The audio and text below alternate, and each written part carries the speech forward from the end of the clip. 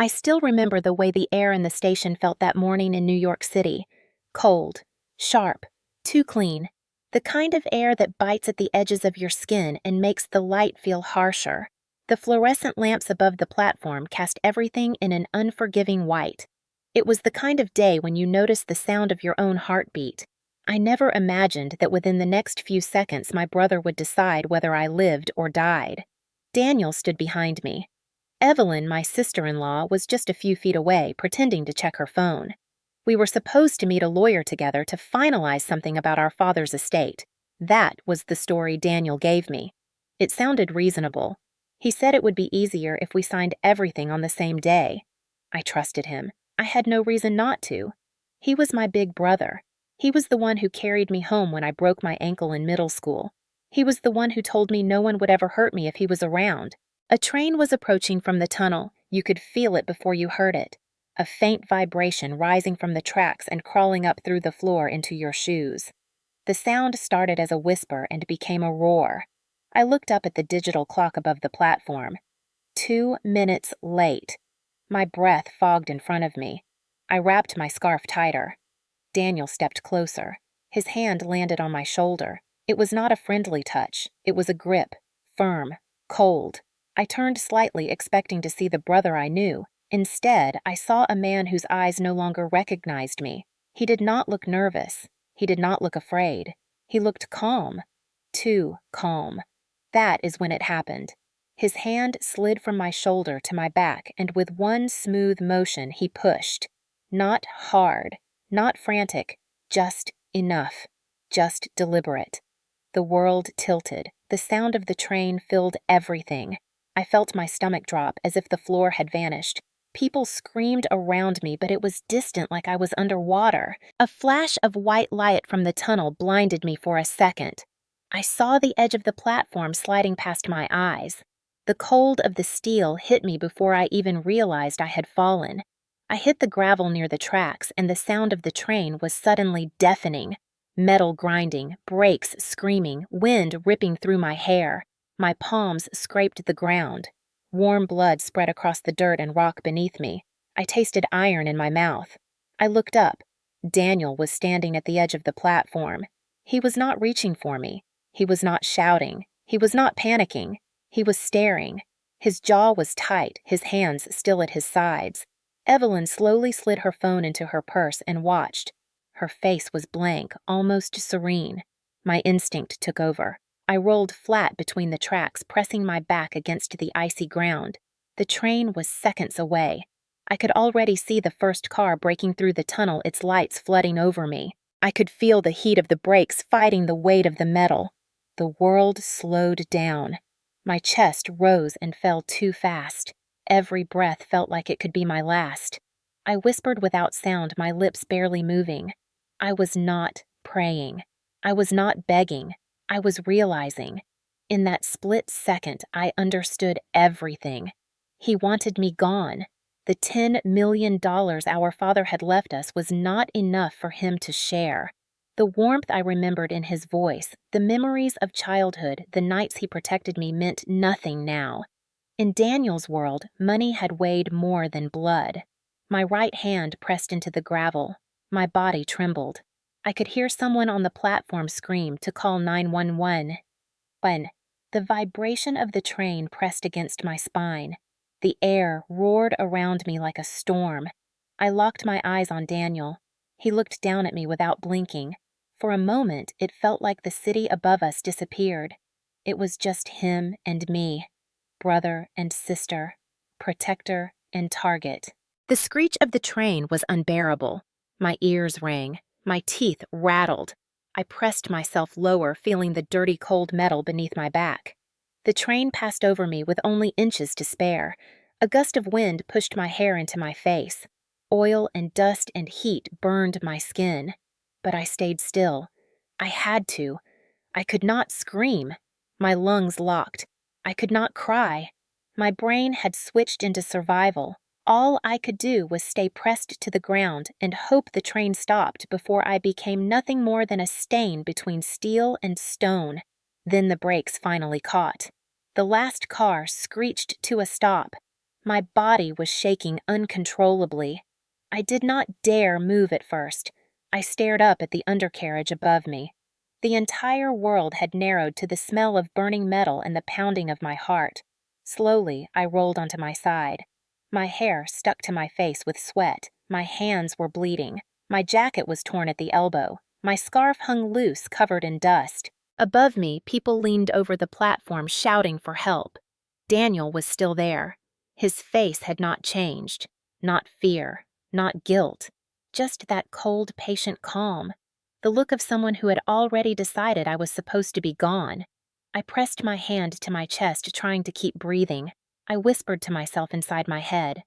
Not out loud, just a single thought. It was not a scream. It was a sentence carved into stone. He pushed me.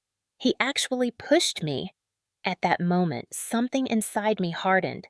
It was not courage. It was something colder. He had not just tried to take my life. He had taken every memory I ever had of him as my brother and turned it into a weapon against me. I pulled myself up just enough to see his face clearly through the smoke and dust. That face was no longer my family. That face belonged to the man who wanted me dead for money. My ears were still ringing when I heard the first sirens from far away. I did not know it then, but that moment would be the line between who I was and who I would become. I looked away from him and whispered to myself again. Not out of fear, out of clarity. He wanted me gone. I was still here, and he would pay for that. Can you imagine being pushed onto the tracks by your own brother over money? 3 months before that day on the platform, everything felt deceptively normal. The winter air was just beginning to fade, and the house still smelled faintly like the cedar candles my father had loved.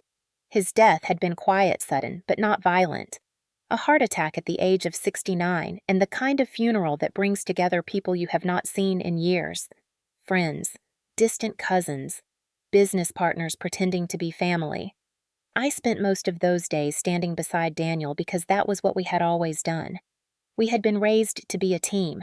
My father had built a comfortable life, not extravagant, but solid. The estate was valued at around $10 million made up of real estate investments and my father's medical supply company that Daniel had been helping him run for years.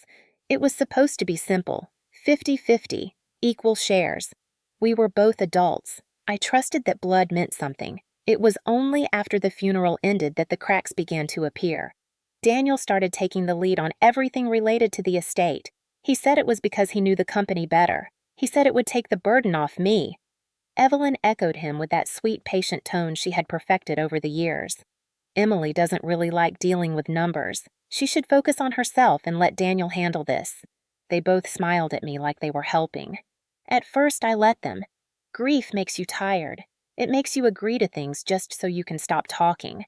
But small details started standing out. Meetings with the lawyer that I was not told about. Documents that arrived already signed. Phone calls where I heard their voices through closed doors. I told myself I was imagining things. That paranoia comes easy after losing a parent. But the feeling that something was being taken away from me grew heavier with each passing week. One afternoon, I stopped by the office to pick up some of my father's personal belongings. His favorite books. The photograph of us fishing in Vermont. When I entered the lobby, Daniel was standing near the reception desk with a man in a suit. He froze for half a second when he saw me. It was the kind of hesitation that tells you everything without a word. Evelyn appeared from the conference room, holding a folder. She smiled too brightly. "We're just finishing some paperwork. Nothing important. You didn't need to be here." The way she said it made me feel like a child who had wandered somewhere adults were talking. When I asked what paperwork, they exchanged a quick glance before Daniel said it was just something about the business taxes. It was the first time I felt the distance between us become something solid. I brushed it off, but that night I could not sleep. My father had always insisted on both of us being informed about every major decision. He had trusted Daniel to be the practical one, and me to be the careful one. We balanced each other, but after his death, Daniel started shutting me out piece by piece. The first real blow came a week later when I tried to call our family lawyer, the man who had worked with Dad for 15 years. His secretary told me the appointment I thought I had was canceled and rescheduled without me. Daniel had attended it alone. My name was still on everything, but I was no longer part of the process. I confronted him in the kitchen of the old house. He poured himself coffee like nothing was wrong. "You're overthinking this, Emily. Someone has to take charge." I reminded him that someone was supposed to be both of us. He sighed, like a man tired of explaining simple math to a child. "Look, I'm not trying to cut you out. I'm just making things easier. You've never liked the business side. I can handle it. You'll still get your share." It was meant to sound reassuring, but it felt like the floor shifting under my feet. I stared at him across the table, and for a moment I thought I saw something flicker behind his calm expression. Not love, not brotherly concern. Control. I wanted to push back harder, but a part of me still clung to the image of the brother I grew up with. The one who stayed up all night helping me finish science projects. The one who told me our family stuck together no matter what. I let it go that day, but the unease stayed. A few days later, I overheard Evelyn talking on the phone in the living room. Her voice was low but clear enough. She said something about getting the transfer done before Emily starts asking too many questions. I stood frozen by the door, not sure if I should confront her or wait. She ended the call quickly when she saw me. I asked who she was talking to. She smiled as if nothing happened and said a friend. She walked past me and patted my shoulder as if to soothe a child. That night, the unease turned into a cold certainty. They were moving things behind my back. I started paying closer attention. The family accountant stopped replying directly to my emails. Every piece of financial information was rerouted through Daniel. Evelyn's smiles got sweeter, but her words sharper. "You know, Emily, you've always been too trusting. It's a good thing Daniel looks out for you." Every compliment felt like a blade wrapped in silk. I began to keep notes. Dates, names, small details I might otherwise forget. At that point, I still believed I could talk to Daniel and fix things. I told myself it was just stress and grief making him act this way. He loved me. He wouldn't hurt me. But late one evening, as I walked past his office door, I heard him speaking to someone in a low voice. It was the way he said my name that stopped me cold. It was not kind. It was not protective. It was calculated. He said she won't fight back. She never does. That night I realized something had changed forever. It was no longer about protecting me. It was about taking what he believed was his. That was the first crack, and like any crack, it only grew deeper with time. It was late on a Thursday evening when the truth started to show its teeth. The house was quiet, the kind of quiet that makes every creak sound like a warning. I walked down the hallway past Daniel's study and heard voices. I froze before the door was even in sight. It was Daniel and Evelyn and a third man whose voice I did not recognize. My brother spoke with a tone I had never heard before. Not hesitant, not caring, cold. He said if she is gone, it all transfers automatically. My heart started pounding so loudly that I was afraid they would hear it through the door. Evelyn asked if it was safe. "The man said the trust is written that way." Daniel laughed, then a low and controlled sound that didn't belong to the boy I grew up with. I leaned closer. The man said something about timing and making sure there were no witnesses. Daniel replied, "We'll make it look like an accident." Those words slid into my chest like a knife. Accident. They were talking about me. I had suspected something for weeks, but hearing it in plain words was like the floor had disappeared beneath me. I wanted to scream, but I stood still against the wall, every muscle frozen. They were not just moving money. They were planning to erase me. I didn't wait to hear more. I walked quietly down the hallway and into my room, closed the door slowly, and pressed my back against it. My hands were shaking so badly I had to cover my mouth to keep from making a sound. For a long time, I just sat on the floor, staring at nothing. Every childhood memory we had together started playing in my head, but they felt like someone else's memories. I realized then that my brother was no longer my brother. He had turned into something I couldn't recognize. For the next few days, I moved carefully. I acted as if nothing had changed, as if I hadn't heard their conversation. I laughed when Evelyn cracked her fake jokes and pretended to be grateful when Daniel told me he was handling everything. But inside me, something cold began to form. A quiet storm. I started looking through the papers they had left around the house. I found contracts with signatures that were not mine, transfers to accounts I had never seen before. all written in legal language that looked polished and legitimate. Daniel had already begun diverting parts of the inheritance into what he called investment vehicles. Most of it was in his name or a joint account with Evelyn.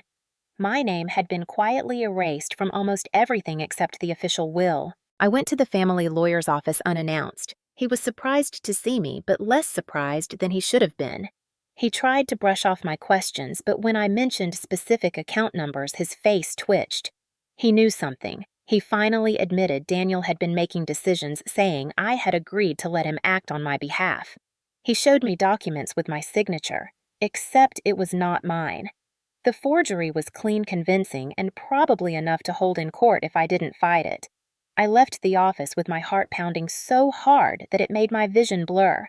I walked down the busy New York street feeling like the world had shifted into a version of itself I didn't recognize. People were laughing, drinking coffee, rushing home. No one around me knew that my brother had already decided my death would be convenient. Over the next week, I watched Daniel closely. The way he smiled at me when Evelyn was around. The way his expression went blank when he thought I wasn't looking. The way she touched his arm, a quiet signal between two conspirators. One evening, he walked into my room with a cup of tea, something he hadn't done since we were teenagers. His voice was smooth and kind. "You've been quiet lately. Is everything okay?" He was fishing. I forced a smile and said I was just tired. His hand brushed my shoulder as he handed me the cup. That hand felt heavier than it should have. There was no warmth in it. When he left, I poured the tea into the sink. I didn't trust anything anymore. That night, I opened my laptop and began digging. My father's company files, emails, transaction records. At first, there was nothing suspicious, but then I found a folder labeled Transitional Planning. Inside were spreadsheets and signed agreements linking the company assets to a shell corporation registered in Delaware. It wasn't illegal on paper, but it was set up so that if I were gone, everything would transfer automatically to Daniel as managing partner. I stared at the screen for a long time, my chest tightening. This wasn't a sudden impulse. It was a plan. Careful, strategic, calculated. A plan to remove me like an obstacle. I started printing everything. My hands shook with every page that slid from the printer. It wasn't just about money. It was about power. He didn't want a sister. He wanted full control. I thought about confronting him then, but something in me said no. This wasn't a man I could talk to anymore. This was someone who had already decided how my story should end. I began sleeping with my phone on the nightstand volume on high flashlight next to it. I memorized escape routes through the house. I changed the locks on my bedroom door without telling him. Every sound at night felt like it carried a warning. I still remember the first time he mentioned the subway. It was a Sunday morning. He sat at the kitchen table with Evelyn. They were both drinking coffee and looking too calm. He said maybe we should all meet with the estate lawyer downtown next week. It would be faster if we took the subway. Parking around there is terrible. It sounded innocent enough, but when his eyes met mine, it was like cold water down my spine. I didn't understand why that detail stood out then, but I would later. He was already setting the stage. Evelyn smiled and said she could book the appointment. Her voice was too smooth, too rehearsed. I excused myself to the bathroom and locked the door behind me. My reflection in the mirror did not look like the woman I used to be. My eyes were wide alert, afraid. I whispered to myself that I wasn't crazy, that what I'd heard was real, but part of me still wanted to believe he wouldn't cross that line. The night before the meeting, I packed a folder with the copies of everything I had printed. I tucked it into my purse.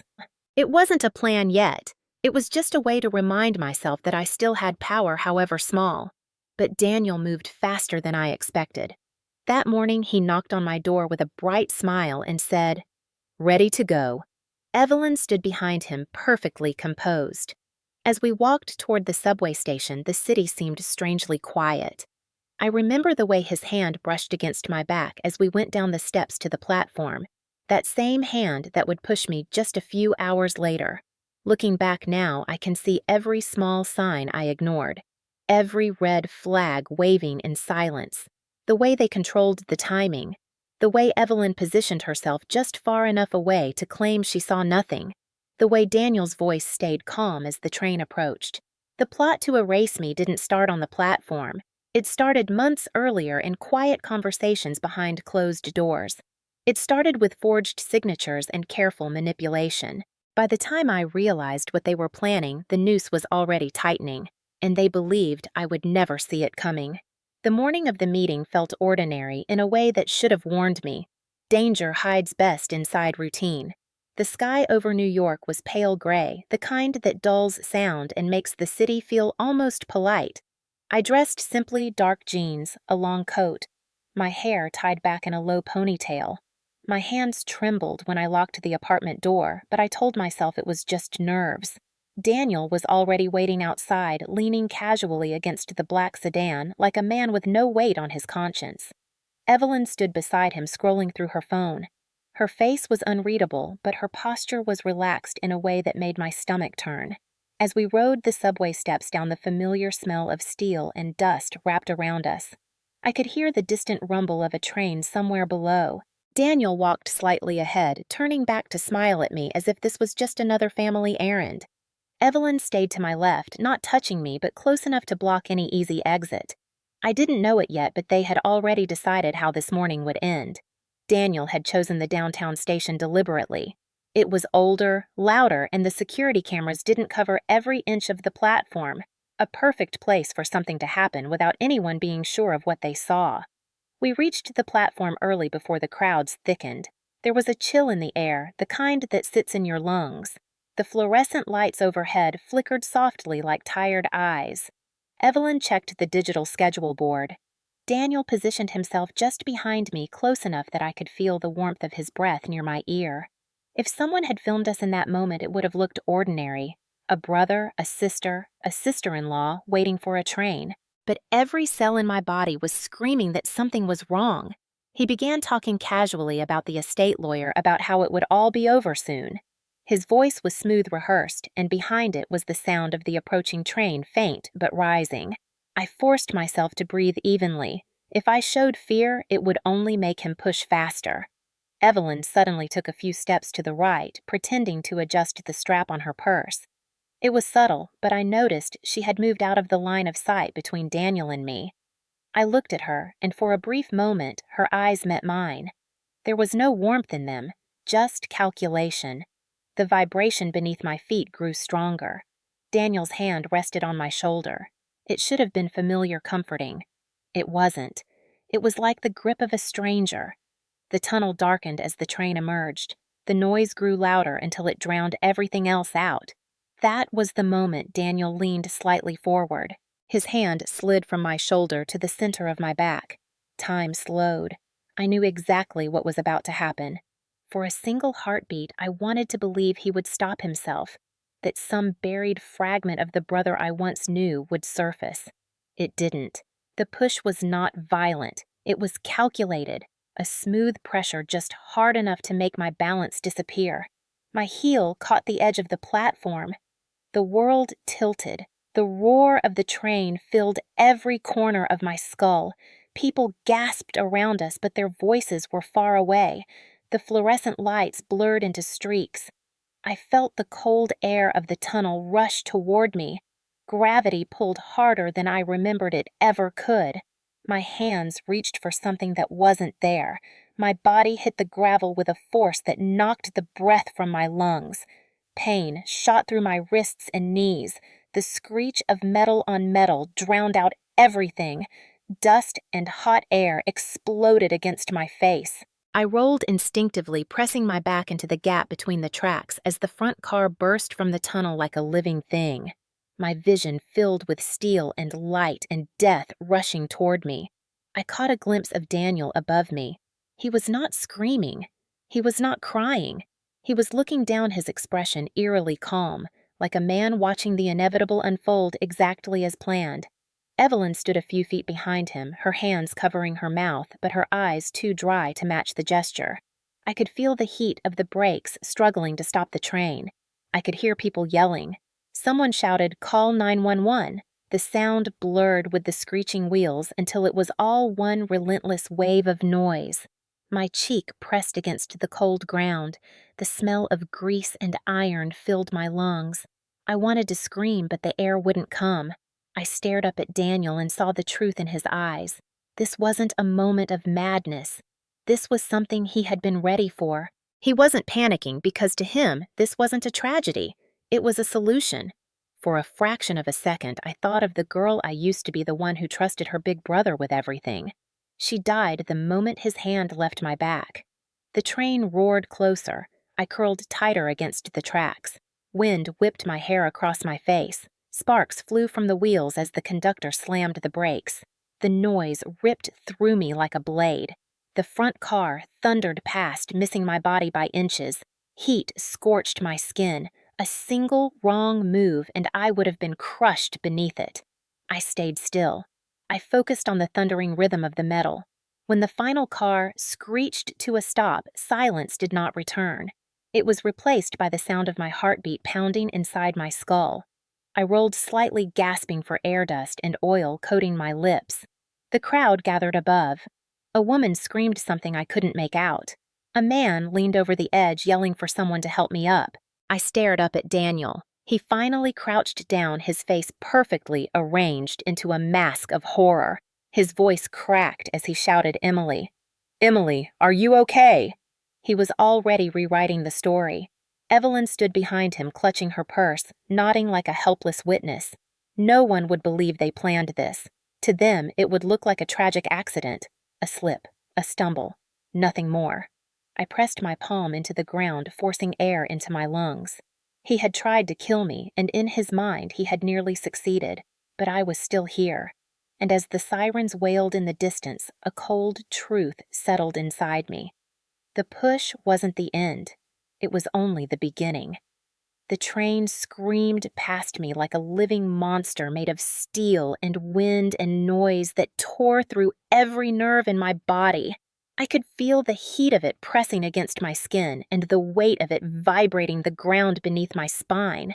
The screeching of the brakes was so sharp that it split through my ears and settled somewhere deep inside my skull. My hands clutched at the gravel between the tracks, my nails digging into the dirt until they bled. Dust and oil filled my lungs. For a terrifying moment, I could not tell if my heart was beating or if the world itself was shaking around me. Someone above was shouting to stay down. Their voice cracked through the chaos. "Don't move. Stay flat." It was distant but real. I pressed myself harder into the freezing ground, feeling the rumble of the train move through me. The air felt heavier with each passing second. I kept my eyes fixed on the undercarriage flying inches above my face. It was a blur of black metal sparks and filthy air. If I raised my head even an inch, it would be over. My body wanted to curl up, but my mind forced it still. Survival meant becoming part of the ground. Survival meant not existing until the train stopped. The last car finally screamed to a halt, the noise tapering into an awful silence, broken only by the sound of my ragged breathing. The world came back slowly, like someone pulling a curtain from my ears. The fluorescent lights above were too bright. The shouting was clearer now. People leaned over the platform, pointing, crying, screaming for help. I turned my head slightly. My cheek rubbed against the oily rock. My hair stuck to my skin, damp with sweat. That was when I saw him. Daniel, my brother. The man I once believed would die to protect me. He was staring down at me, calm and composed, his expression frozen into something between calculation and mild concern. He didn't look like someone who had just watched his sister almost die. He looked like someone waiting to see if the plan worked. Evelyn was next to him, her hands over her mouth in what looked like shock, but her eyes gave her away. They were dry, unblinking. She wasn't terrified. She was observing. My body was shaking uncontrollably, every muscle twitching with adrenaline. I forced air into my lungs and rolled onto my side. A pain shot through my wrist, sharp and electric, but it didn't matter. I was alive. Somehow, I was alive. I could hear sirens now distant, but growing closer, merging with the buzz of voices and the electronic hum of the station. A man leaned over the platform. He was in his 40s, wearing a dark jacket. His face was flushed with urgency. "I saw him push you!" he shouted down. His voice cut through everything else. My brain latched onto those words like a rope thrown into water. Someone saw. Someone saw what he did. That voice belonged to a man I would later know as James O'Connor. But in that moment, it was just proof that I wasn't insane. I wasn't imagining. I stared at Daniel again. For the briefest second, something flickered across his face. Not fear of what he'd done, fear of being seen. He quickly crouched down, his voice smooth and trembling at the same time pretending to care. "Emily, can you hear me?" "Oh my God, are you okay?"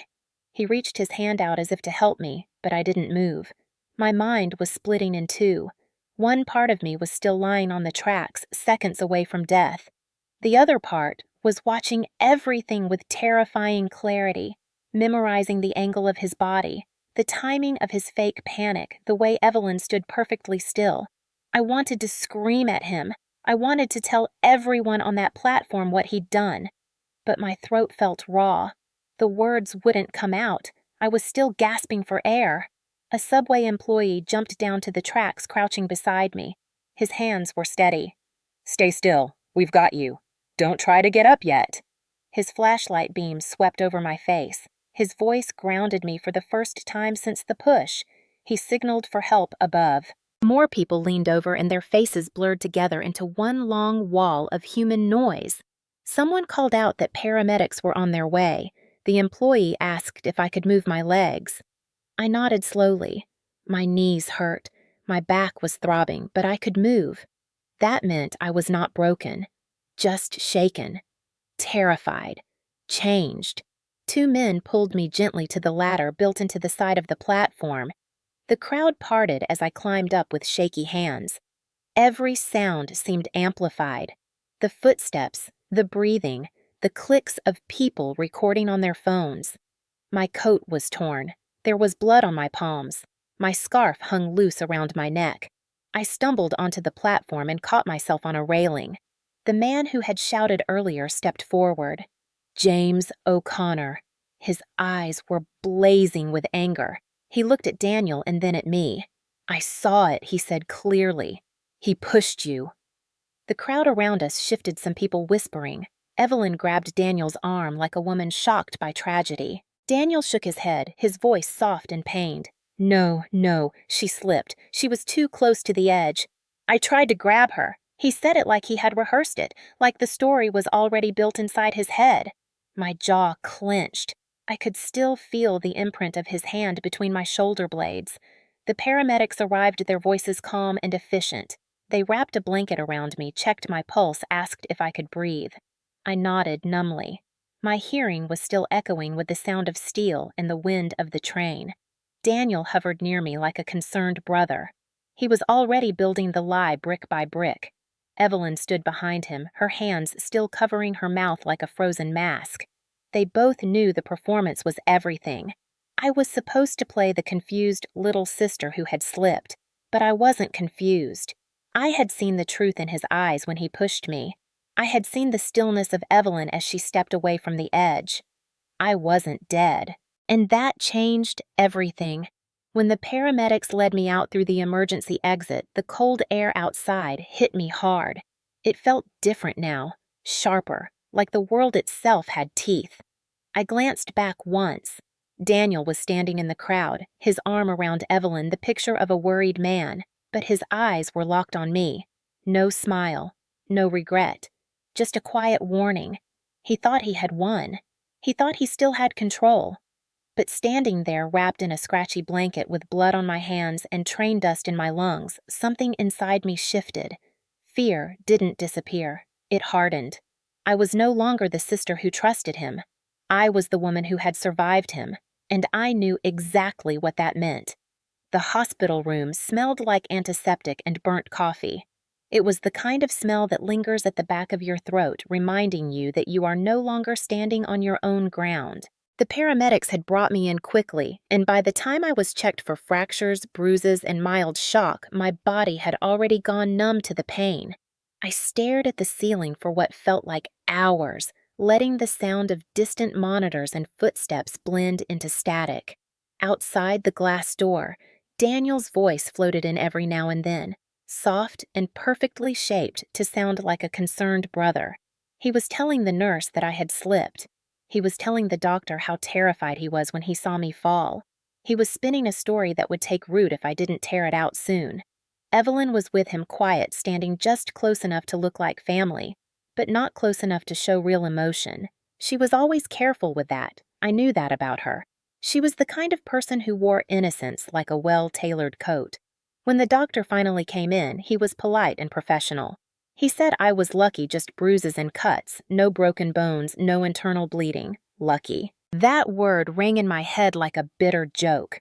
I was alive because I flattened myself against the tracks fast enough, because luck had been on my side, not because my brother had spared me. The doctor asked if I remembered what happened. I opened my mouth but hesitated. If I told the truth right there, Daniel would deny everything. It would become my word against his.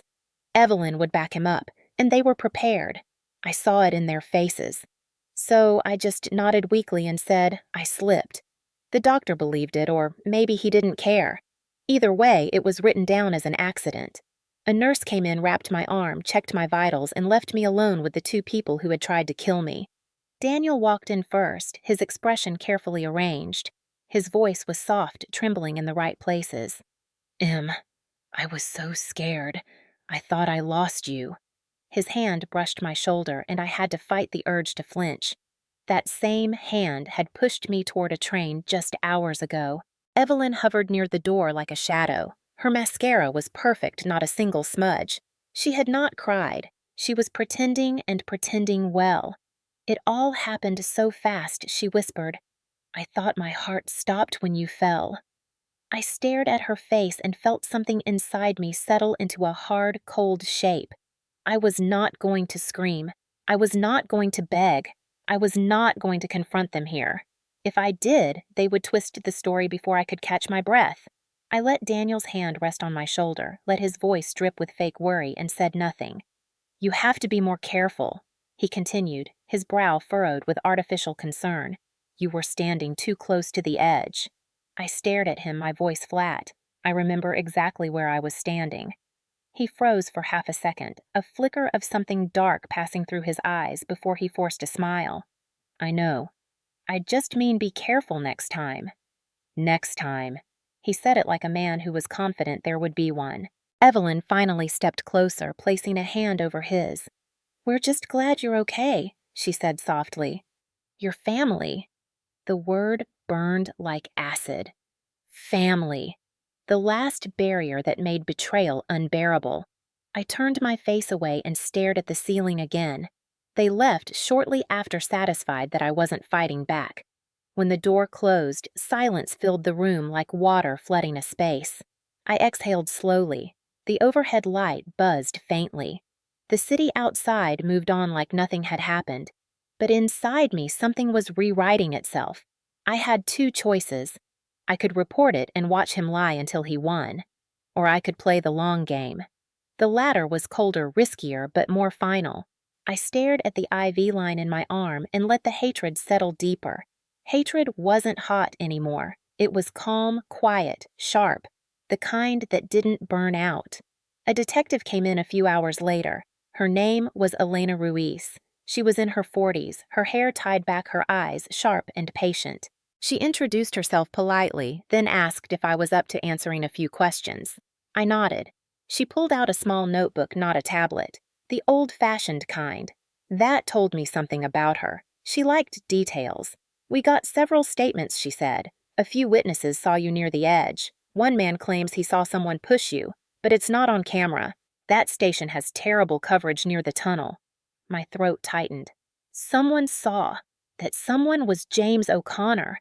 Do you remember what happened? She asked. Daniel's words. Evelyn's silenced the shove. It was all clear in my mind. I wanted to tell her everything, but I also knew how good Daniel was at playing the part of the grieving, protective brother. He would turn it against me. He had money charm and preparation. So I took a deep breath and said I was standing close to the edge. I think someone bumped me. Her eyes narrowed slightly. She didn't press, just wrote it down. If you remember anything more specific, call me. She left her card on the table. After she was gone, I held that card between my fingers for a long time. It was a thin piece of paper, but it felt heavier than it should. Someone believed there might be more to the story. That mattered. James O'Connor visited later that night. He wasn't allowed in, but he found a way to slip a note through a nurse. It was short. I saw him. If you ever need me, I'll talk. My hands shook when I read it. He was a stranger, but in that moment, his voice was the only thing that kept me from drowning. The next morning, Daniel returned with flowers. A bouquet of pale lilies. Our mother used to love lilies.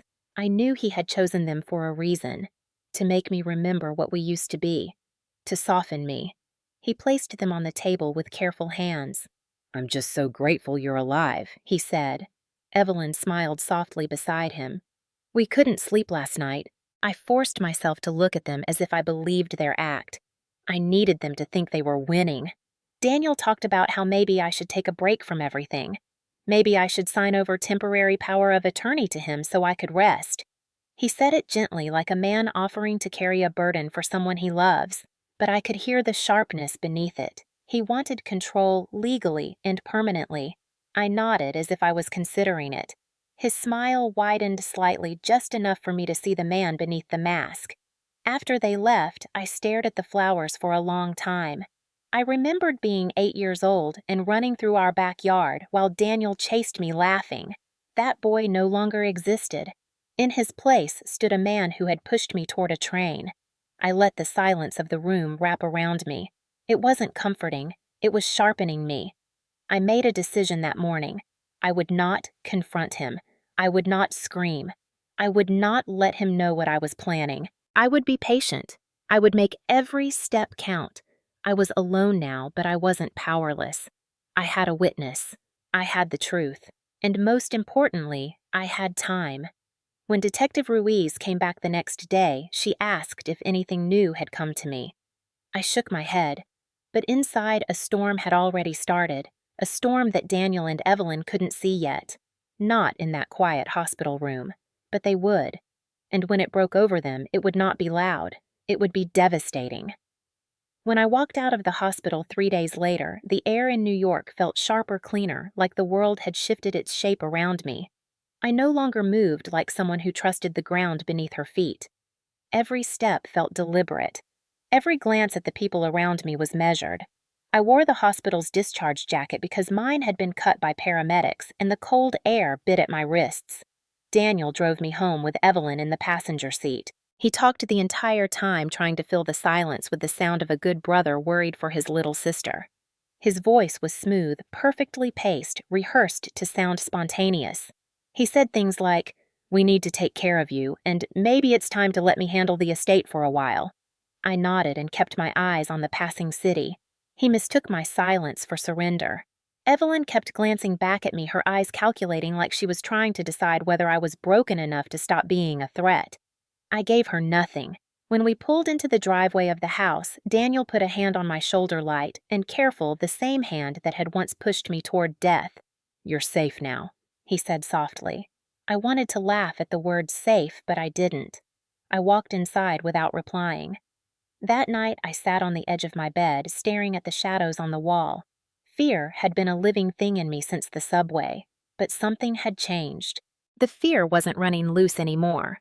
I had it caged now, controlled, sharpened. I opened my drawer and pulled out the folder I had hidden before that morning. It contained every document I had printed, forged signatures, offshore accounts, legal transfers that smelled of theft hidden in clean language. I laid them out on my bed one by one and traced my fingers across Daniel's signature. I imagined his calm face as he thought he was untouchable. That illusion was about to crack. The next morning, I called the number Detective Elena Ruiz had left me. My voice was calm when I told her I wanted to make an official statement. She agreed to meet at a small diner away from the precinct. When I walked in, she was already sitting at a corner booth. She looked up with steady eyes that saw more than they revealed. I slid into the booth and handed her the folder.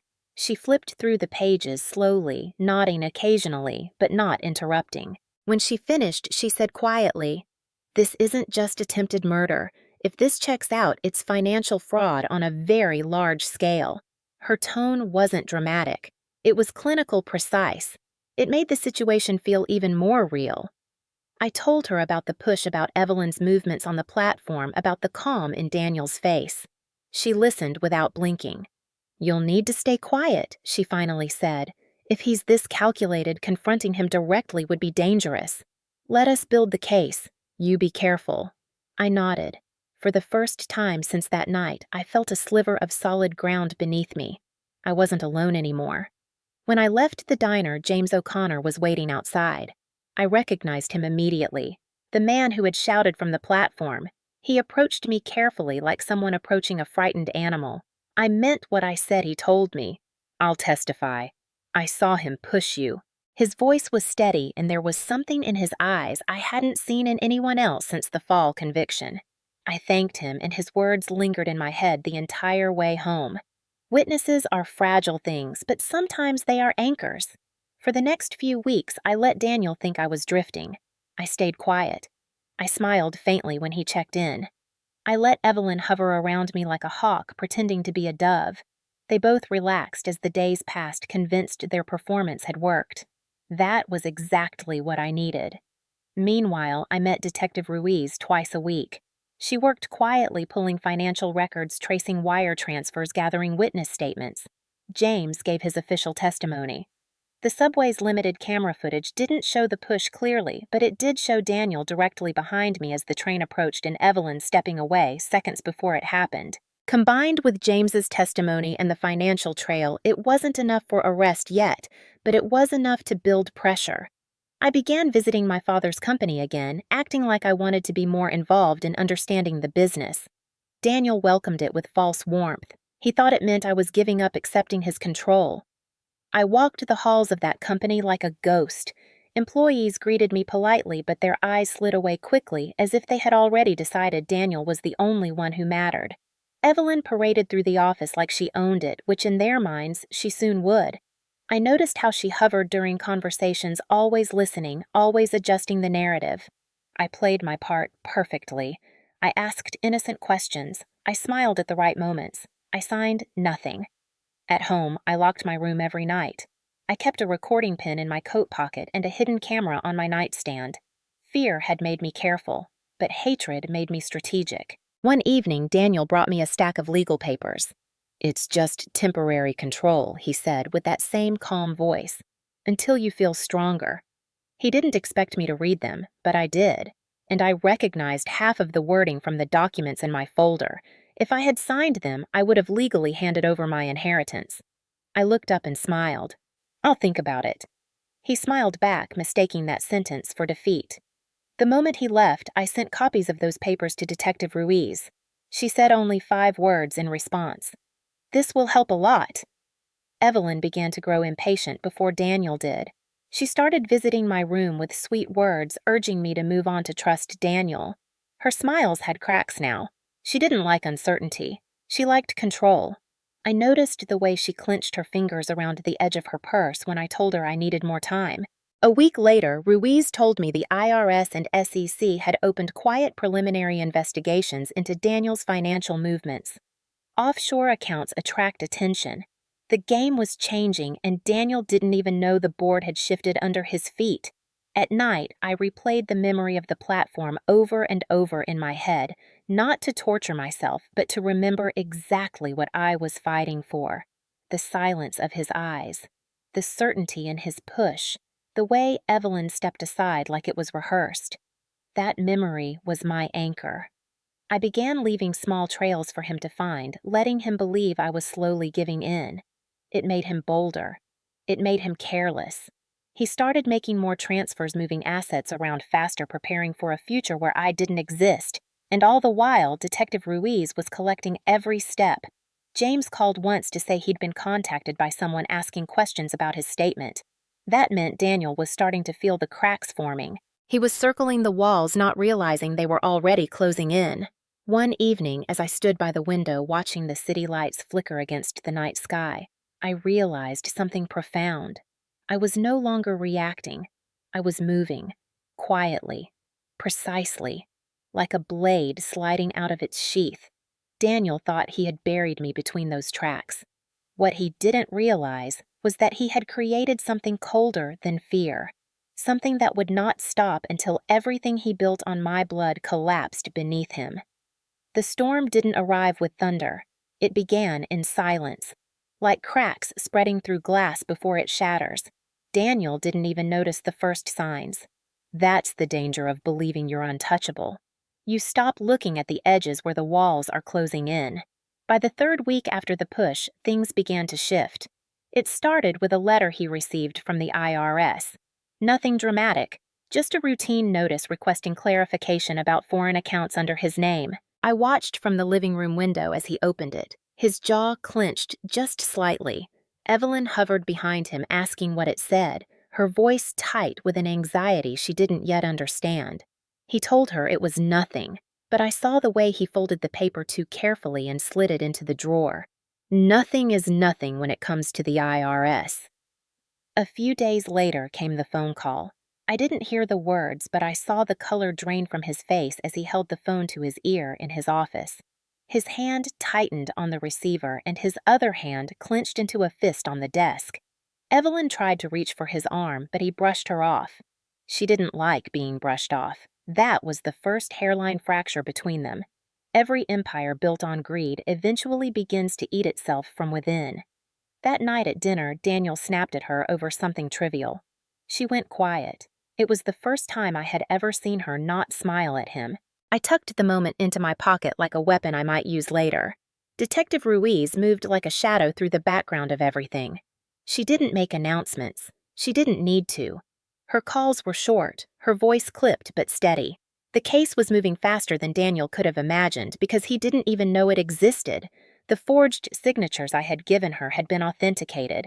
The offshore accounts had triggered automatic red flags. IRS and SEC investigations are slow for some people, but not for those sitting on financial powder kegs. By the fourth week, Daniel's calm exterior began to crack. I caught him pacing in his study at night when he thought everyone was asleep. He poured himself whiskey and muttered under his breath phrases like, "It'll blow over and they can't prove anything." He was talking to himself, trying to build walls against the inevitable. Evelyn started spending more time on her phone, making hushed calls in the kitchen. I could hear the panic growing in the way her voice rose at the edges. She wasn't as good at masking fear as Daniel was. She had never needed to be. He had always been the strategist. She was the enabler. And when enablers sense the ground shaking, they start looking for lifeboats. Ruiz called one evening to tell me James had been officially subpoenaed to testify in the financial investigation. He would also testify about what he saw on the platform. My heart beat so loud I had to steady myself against the wall. It was real now. There was no going back. Daniel was no longer just my brother. He was the defendant in a growing federal case. Evelyn tried to act like nothing was wrong. She invited me to dinner at some polished restaurant downtown as if we were two sisters bonding over loss. She leaned across the table and whispered about forgiveness, about moving on, about how families should stick together. I looked at her perfectly painted lips and thought of the way she had stepped aside as the train came. She was not family. She was a co-conspirator. "You're quieter than usual," she said softly, her fingers playing with the edge of her wine glass. "I'm just tired," I answered, letting my voice sound flat but not cold. It made her uneasy. She liked to know where people stood. She liked control. I was giving her none. A week later, Daniel's company received its first formal notice of audit. Employees whispered in the hallways. Evelyn's fake smiles tightened. He tried to gather the senior staff, telling them everything was fine, just a misunderstanding, but financial investigations have a way of unraveling faster than lies can keep up with. Once one thread is pulled, the rest of the fabric follows. Ruiz told me the case had expanded beyond inheritance. Daniel's financial activity had caught the attention of agencies that didn't like their rules being bent. His empire was built on carefully stacked cards, and now wind was blowing through the room. The night everything began to break. I was sitting by my bedroom window watching the streetlights flicker across the wet pavement. It was past midnight when I heard the slam of a door downstairs. Evelyn's voice was sharp, cutting through the house. "You said this would never touch us." Daniel's reply was low, but edged with fury. "I said it was under control. They called me Daniel. They asked about the accounts. My name is on some of them. What are you going to do when this all falls apart?" Her voice cracked in a way I had never heard before. Panic. Real panic. He tried to calm her, but she snapped back. You pushed her in front of a train. Do you really think you're walking away from this? Her words hung in the air like a match over gasoline. My breath caught in my throat. She had just admitted it out loud. My recording pin was on. It caught every word. That was the first time I realized Evelyn might break before he did. I called Ruiz the next morning. She told me that kind of recording wasn't always admissible in full, but it could apply serious pressure. Pressure breaks people. Within days, Evelyn began pulling away from Daniel. She slept in the guest room. She avoided his gaze at the breakfast table. He shouted more often now, about lawyers, about money, about loyalty. The quiet fractures had become cracks, and cracks become collapses. Ruiz moved in faster. One morning, federal agents arrived at the company's headquarters with warrants. I didn't need to be there to see the panic. Word traveled fast. His office was searched, hard drives taken, employees questioned. The quiet man who thought he was untouchable was now surrounded by whispers. He returned home that night with his tie loosened and his eyes darker than I'd ever seen them. You talked to someone, he said flatly when he saw me in the hallway. His voice was different now. Not warm, not calm. Cornered. I didn't flinch. I let my silence be my weapon. He stared at me, searching for the sister he thought he controlled. She wasn't there anymore. He turned and slammed the door. The next day, Evelyn disappeared. No warning, no goodbye. She had gone to her sister's place in Connecticut, or at least that's what the gossip said. She had chosen self-preservation over loyalty. That was the thing about Evelyn. She was never loyal to him. She was loyal to safety, and Daniel no longer provided that. Ruiz called to tell me she'd flipped. Evelyn had agreed to cooperate in exchange for a reduced sentence. She had handed over emails and records of conversations. It was enough to trigger formal charges. I listened to Ruiz's calm voice on the other end of the line and felt a stillness settle inside me. Not joy, not victory, just a quiet acknowledgement that the wheel was turning. 2 days later, Daniel's car was surrounded outside his office. Agents with jackets I had only seen on television led him away in handcuffs. Cameras flashed. Reporters shouted questions. He kept his head high, still trying to project the image of control. But control had left him the day he put his hands on my back at that platform. I watched it all on the news that night. They listed the charges in calm, detached tones. Fraud, conspiracy, attempted murder. It sounded almost surreal. The man I once believed was the safest place in the world for me was now a headline. Evelyn's cooperation made the case airtight. James O'Connor testified again. Ruiz moved like a quiet force behind every detail. The dominoes had fallen exactly as they were meant to, but here is what they never tell you about justice. It doesn't feel like a triumph. It feels like standing in the ruins of something that once was. Daniel had built a wall of lies, and I had spent months dismantling it brick by brick until the weight crushed him from within. On the night before his arraignment, I stood on the same subway platform where he had pushed me. The fluorescent lights still flickered. The air was still sharp. A train roared through, and for a moment my knees trembled. But I didn't step back. I stood there and let the wind hit my face. This time, the ground didn't feel like it was tilting beneath me. It felt steady. I had survived the fall. I had survived him. And now he was the one who had to live with the wreckage of his own making. The courthouse in downtown Manhattan looked colder that morning than I remembered. Gray skies hung low over the city like they were waiting to watch something end. The building itself felt heavy, like a place where the world shifted in small, permanent ways. Reporters had already lined the steps, their microphones and cameras aimed at the doors, as if waiting to catch blood in the water. Daniel Hayes.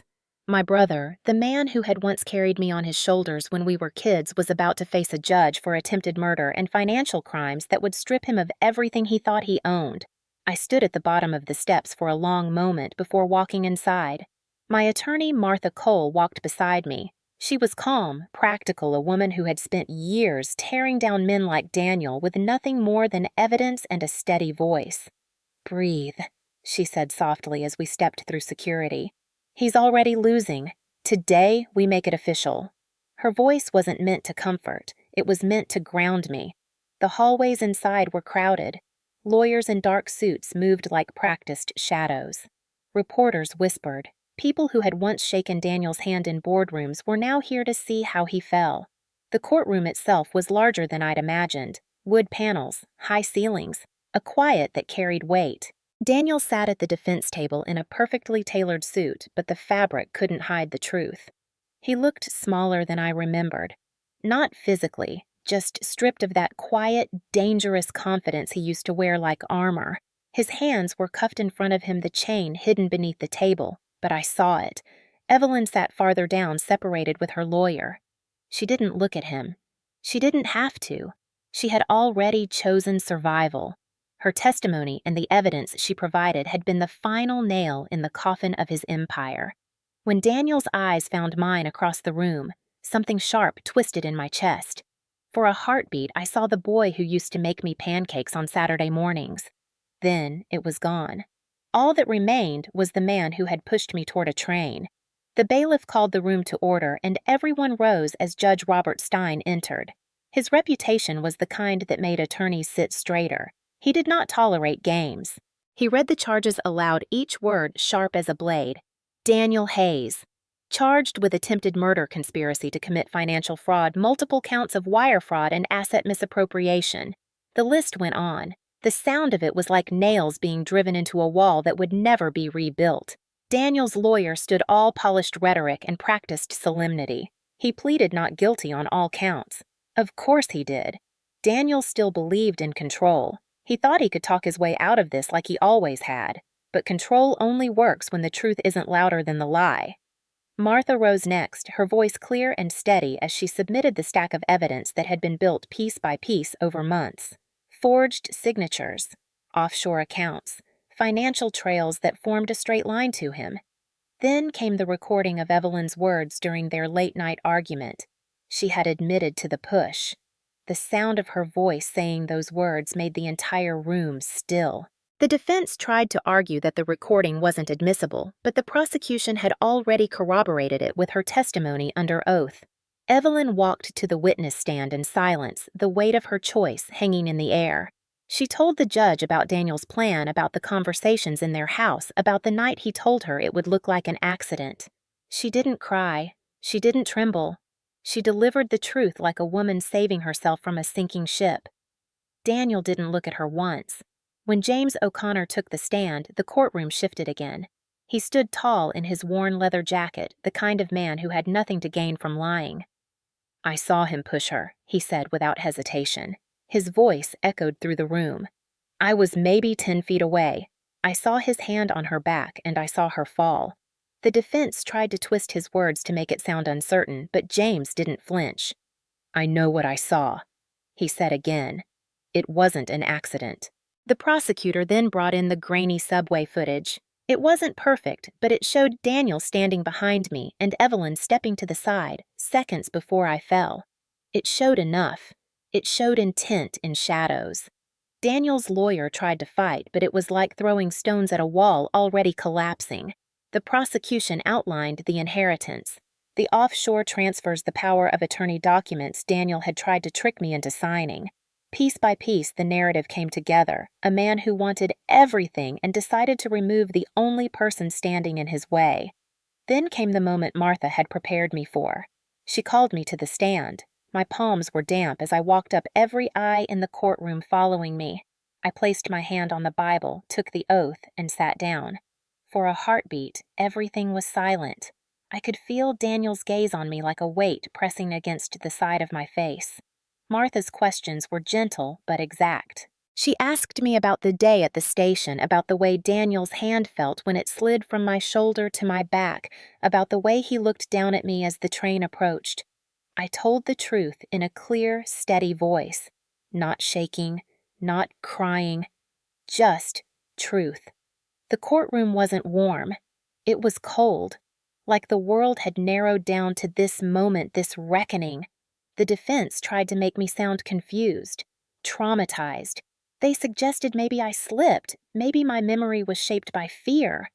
I let them speak, and then I met Daniel's eyes and said quietly, "I remember his hand pushing me."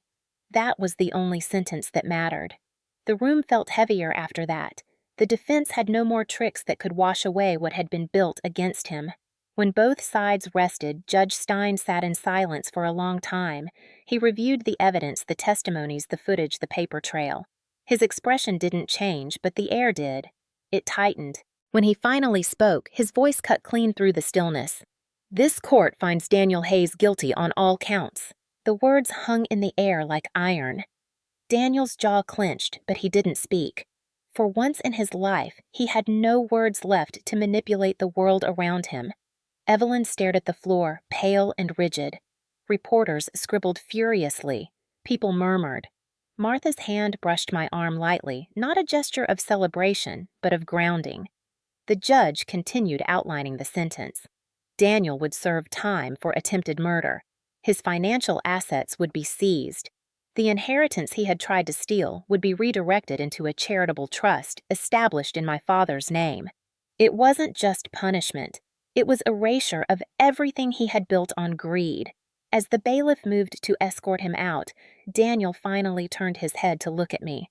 There was no brother in that look, just a man realizing he had lost everything. Not with a bang, but with quiet, methodical justice. I didn't smile. I didn't cry. I simply held his gaze until they took him through the side door in chains. The courtroom emptied slowly, but I stayed seated for a moment, letting the sound of chairs scraping the floor fade. Reporters waited outside. I could already hear their voices. They wanted the story. The woman who was pushed onto the subway tracks by her own brother and lived to watch him fall. But this wasn't their story to sensationalize. This was mine to carry. Martha stood beside me, her voice low. "It's over," she said. But she was wrong in a way. This kind of thing doesn't end. It just changes shape. Outside the courthouse, the air hit me like a wave. The sky was still gray, but the city felt different. Lighter. Daniel was gone. Evelyn had chosen survival over loyalty. My father's name would not be dragged down by their greed. Reporters shouted questions, flashes popped, microphones pushed toward me, but I kept walking. My voice didn't belong to them. It belonged to me. Justice isn't loud. It's not clean. It's a quiet weight settling in the chest after years of something being wrong. It doesn't give you back what you lost. It just removes the thing that tried to destroy you. As I stepped off the courthouse steps, the world didn't cheer. It just kept moving. And for the first time in a long time, I felt like I could move with it. Autumn came quietly that year, as if the world was trying to remind me that it could still be soft, even after everything had burned. The leaves on the trees outside my apartment window in Manhattan turned the color of rust and gold, drifting onto the sidewalks like a slow snowfall. The courthouse was behind me now. The noise of reporters and the echo of Daniel's verdict had faded into memory, though it lived in the corners of my mind like a scar I could touch, but not erase. Life after justice is not like the movies. There is no grand celebration, no slow-motion moment where everything feels triumphant. It's quieter, stranger, like learning to walk again on ground that once tried to swallow you whole. I woke up most mornings in silence, wrapped in the knowledge that Daniel was sitting in a prison cell with nothing left to control. Evelyn had cut a deal with prosecutors, and her name had disappeared from the headlines almost as quickly as it appeared. She moved out of the city. I didn't care where she went. People like her survive by attaching themselves to power. When the power is gone, they slither away to find another host. Daniel had no such escape. His empire was gone, his wealth stripped, his name reduced to a cautionary headline. I visited the foundation my father's inheritance had funded only once. It was a modest building on the Lower East Side, a medical scholarship program for students who reminded me of who he was before the money.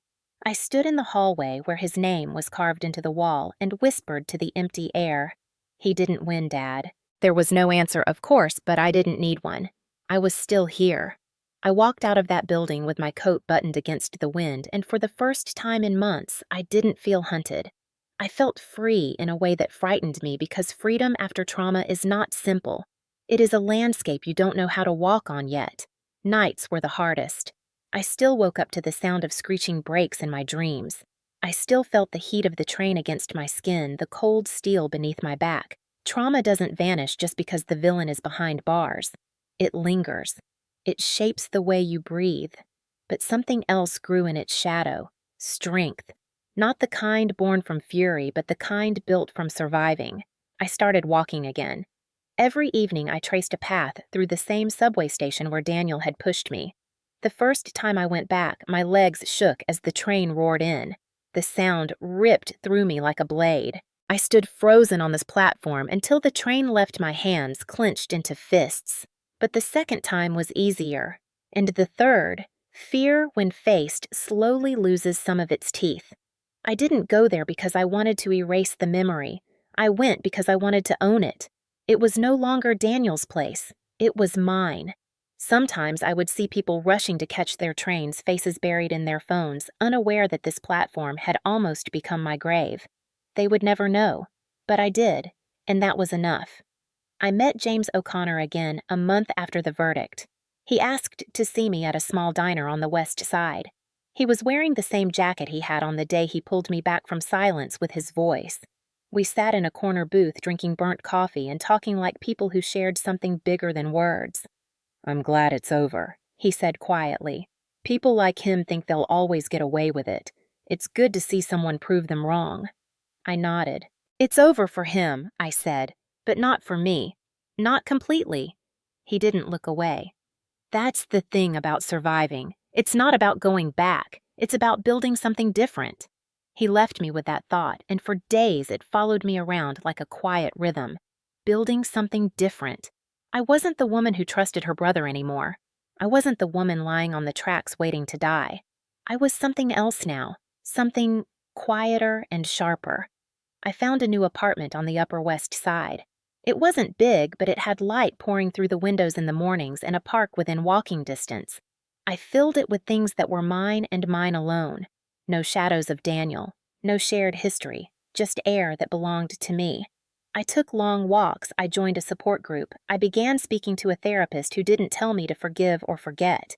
She told me to understand that survival is not weakness, it's a beginning.